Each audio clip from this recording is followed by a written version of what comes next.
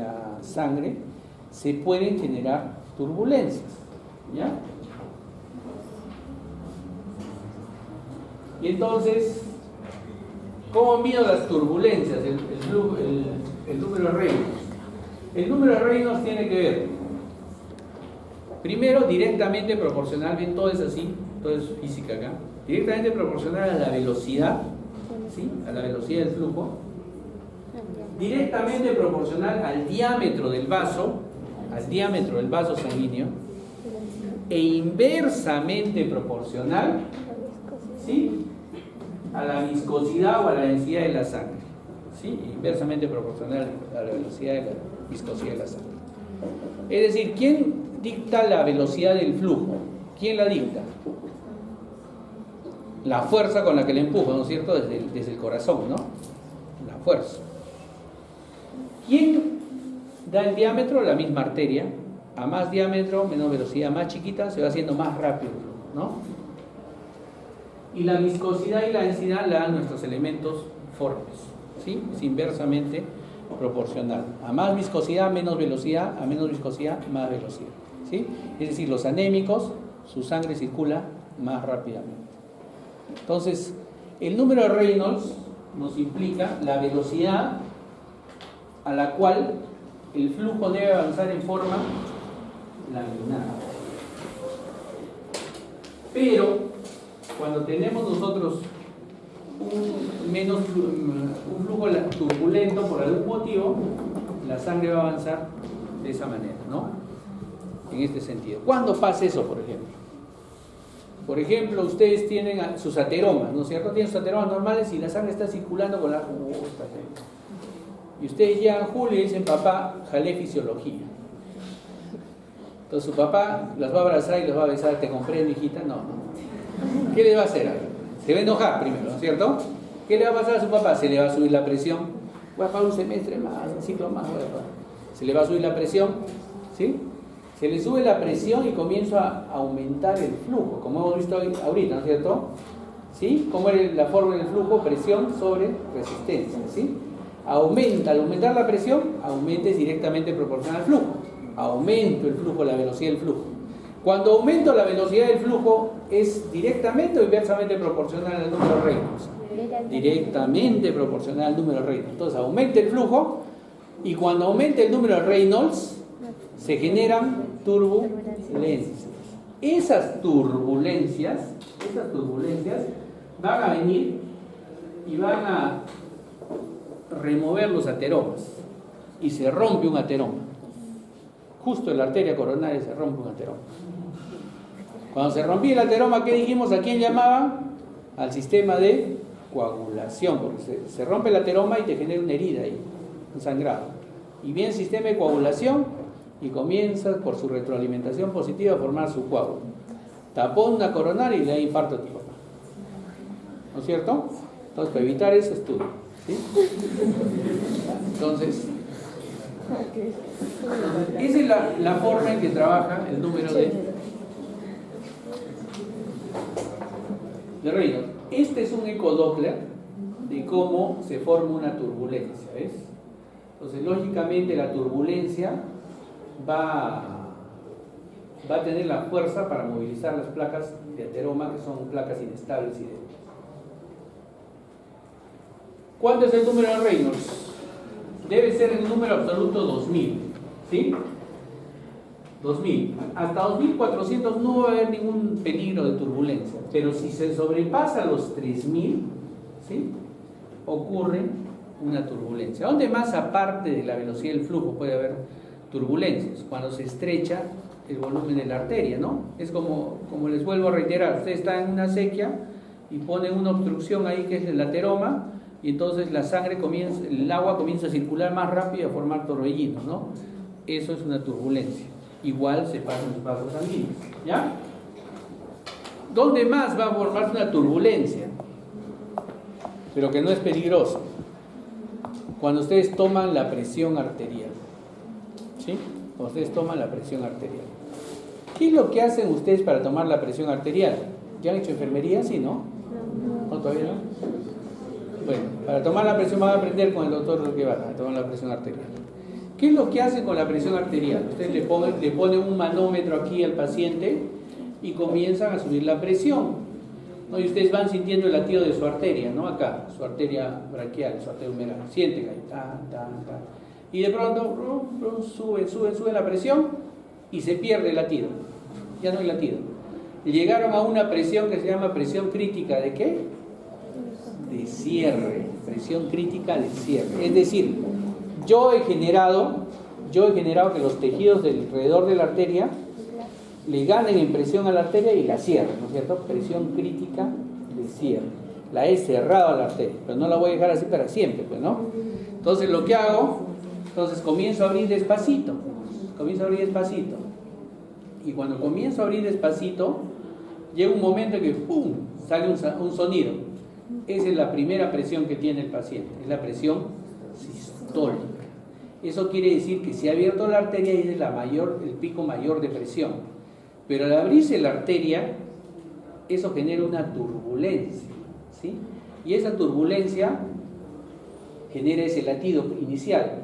Eso es el primer latido, se llama ruido de Korokov. Los ruidos de Korokov, ¿no? Es el primer latido. Y de ahí comienzan varios latidos, hasta que cambia el latido a otro latido más regular, más débil, ¿no es cierto? Y esa es la presión diastólica. Eso quiere decir que ya llegaste a tu estado basal de tu arteria, ¿sí? Entonces, esa es la fisiología de la toma de presión, que también van a hacer una práctica de eso. Entonces, pero el flujo sanguíneo no solo depende, como les dije, de la elasticidad vascular, o sea, de cuánto se abre o se dilata, sino también depende de la velocidad, de la viscosidad, ¿no? A más disuelta la sangre, menos elementos formes se va formando, va avanzando más rápido la sangre. Esta distensión forma una presión dentro del capilar, ¿sí? Una presión dentro del capilar, una tensión de distensión, una presión de distensión que tiene que estar directamente proporcionada a la presión que va a generar el fluido de la sangre dentro de la arteriola capilar y la resistencia que ofrece, directamente proporcional a la presión, inversamente proporcional a la resistencia, ¿no? Eso era el flujo también, ¿sí? También es la presión de distensión, para que se pueda distender más. Cuando se distiende un vaso sanguíneo, no se va a distender hasta romperse, pues, ¿no? Entonces tiene su elasticidad hasta donde llega y de ahí se contrae para que siga avanzando la sangre, ¿sí? Se contrae y sigue avanzando la sangre. Ese efecto se da gracias a un efecto protector que se llama la ley de Laplace, que seguro la han visto ustedes en biofísica, ¿cierto? Y ya lo guardaron su libro de biofísica ahí arriba, algo así. No sirve para nada. Entonces, la ley de Laplace nos ayuda, es la ley por la cual nosotros estudiamos la protección para que pueda haber una tensión en la pared, la cual está directamente relacionada a la presión del flujo que va viajando, ¿sí? Y la resistencia que ofrece el capilar, para que no se distienda del todo, ¿no es cierto? Le da una tensión a la pared. Esa tensión de la pared, ¿sí? Tenemos un efecto protector por la ley de Laplace. ¿Cómo se da la tensión de la pared? La presión del flujo que circula por el flujo o la sangre que circula por el vaso sanguíneo, por su radio, porque más chiquitos y hay radios más grandes, ¿no es cierto? Y es inversamente proporcional a la resistencia. ¿Quién te da la resistencia? El espesor de la pared de la arteria, ¿no? Esa es la que te da la resistencia para distenderse. Entonces es así, ¿no es cierto? Es así. Entonces, nosotros tenemos, cuanto más grande es el radio, ¿sí? Mayor es la tensión de la pared. ¿Por qué?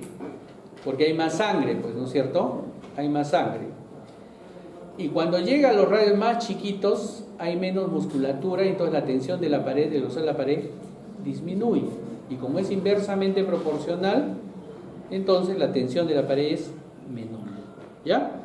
Pero en los vasos grandes la tensión de la pared es mayor, porque el grosor de la pared de la arteria es más grande. ¿Sí? Ley de Laplace. Y la velocidad con la que sale la sangre, que circula la sangre, la velocidad más o menos, dice que en la aorta tiene una velocidad de 40 centímetros por segundo cuando nosotros ¿sí? nace. Pero puede ir un valor, porque el flujo proporcional a qué era? A la presión, ¿no es cierto? E inversamente proporcional a quién? A la resistencia. A la resistencia, ¿sí? Entonces, puede haber flujos sanguíneos más poderosos, más fuertes, ¿no? Hasta 120 centímetros por segundo. ¿Y eso cuándo es? Cuando hay un latido, una presión más fuerte, ¿no? Directamente proporcional al flujo, ¿sí? Hay flujos de hasta 120 centímetros por segundo y con hasta un valor negativo, ¿sí? ¿Por qué? Porque la resistencia puede ser mayor, entonces no va a haber flujo sanguíneo, se cierra totalmente. ¿Ese efecto cómo se llama? ¿Cómo avanza? ¿Cómo avanza la sangre desde el ventrículo, por la aorta y hacia el resto de arterias? Eso se debe a un efecto también, se llama el efecto de Winkelstein. Es otro efecto físico. Esto lo han visto en fisiología, en biofísica, ¿no es cierto?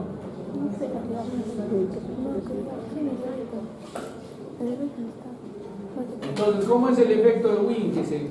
¿Cuál es el efecto de Winkelstein? O sea, nosotros contraemos el ventrículo, ¿sí?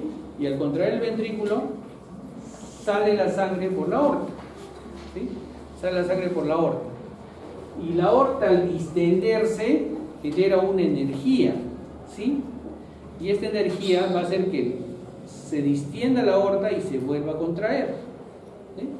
Y al contraerse avanza la sangre y nuevamente va distendiendo el otro segmento de la aorta y así, ¿no es cierto? Y ese efecto de Winkelstein permite que avance el fluido sanguíneo por todo el árbol arterial, ¿ya? Nuevamente lo mismo, ¿ya? Lo mismo, exactamente igual, ¿no? Distiende la aorta y al distender la aorta genera una energía y esa energía va a hacer de que se vaya contrayendo la aorta y las otras arterias para que avance el fluido sanguíneo. Entonces,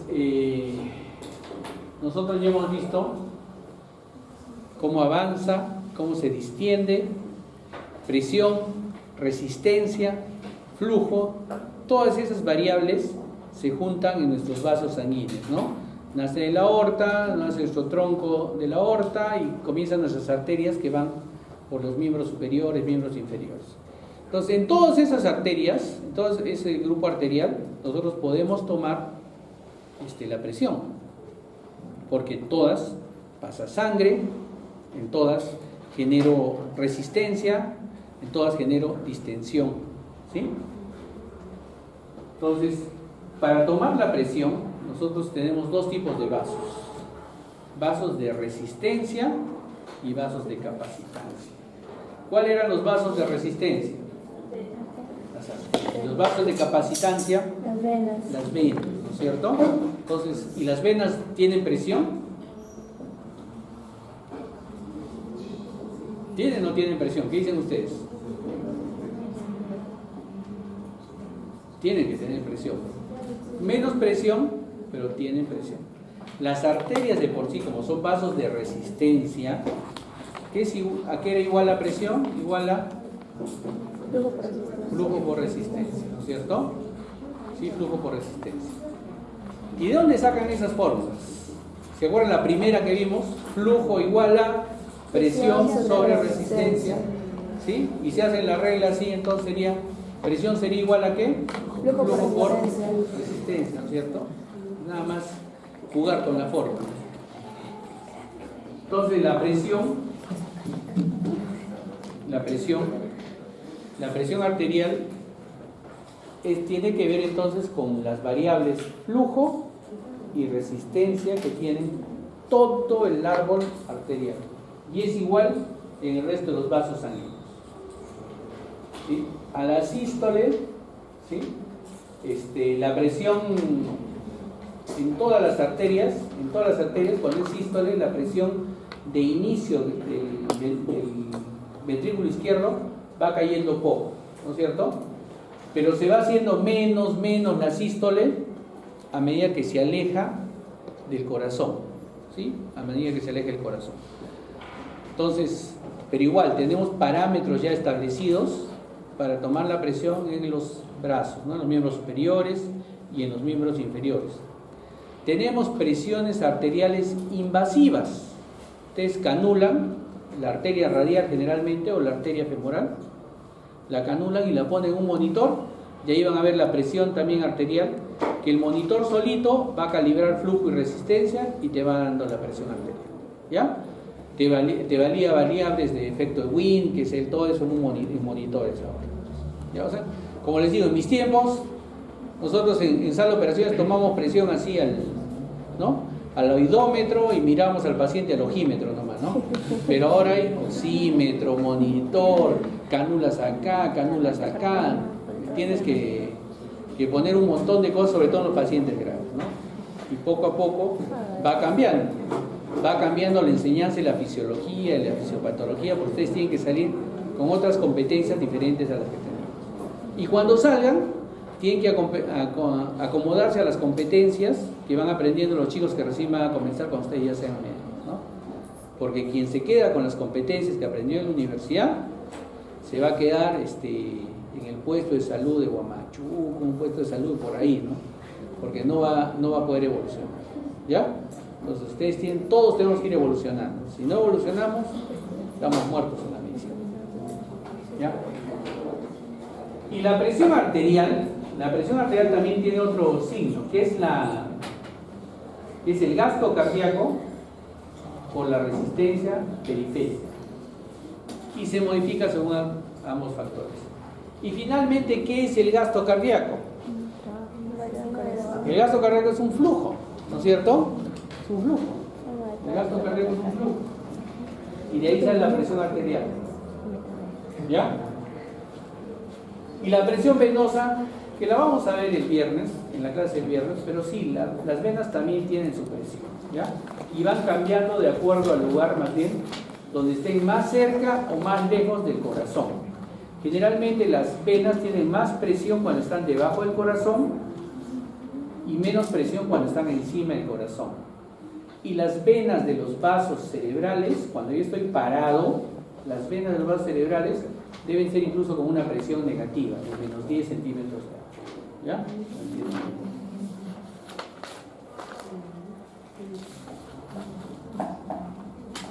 ¿Sí? Entonces la presión venosa va cambiando. Eso lo vamos a ver ¿Cómo mido la presión venosa? ¿La puedo medir? También la puedo medir la presión venosa. Generalmente la mido con el paciente echado y le pongo un catéter aquí en la vena yugular y llego al comienzo de la aurícula derecha. Y ahí con un monitor voy midiendo la presión venosa.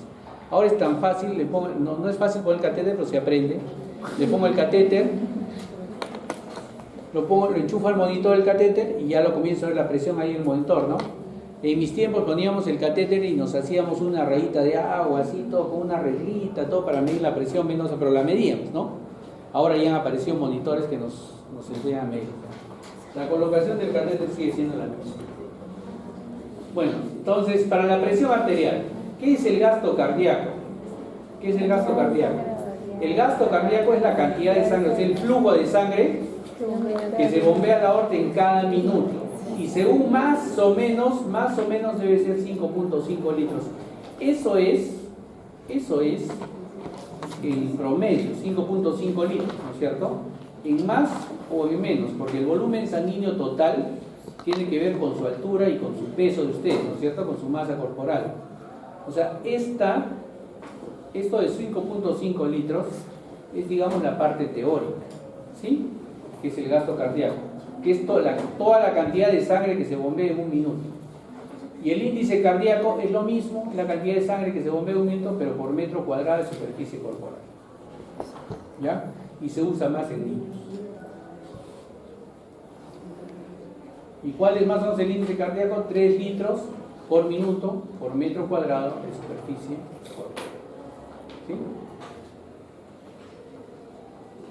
¿Y quién es el que nos da la sangre para el gasto cardíaco, para que haya flujo que salga del corazón?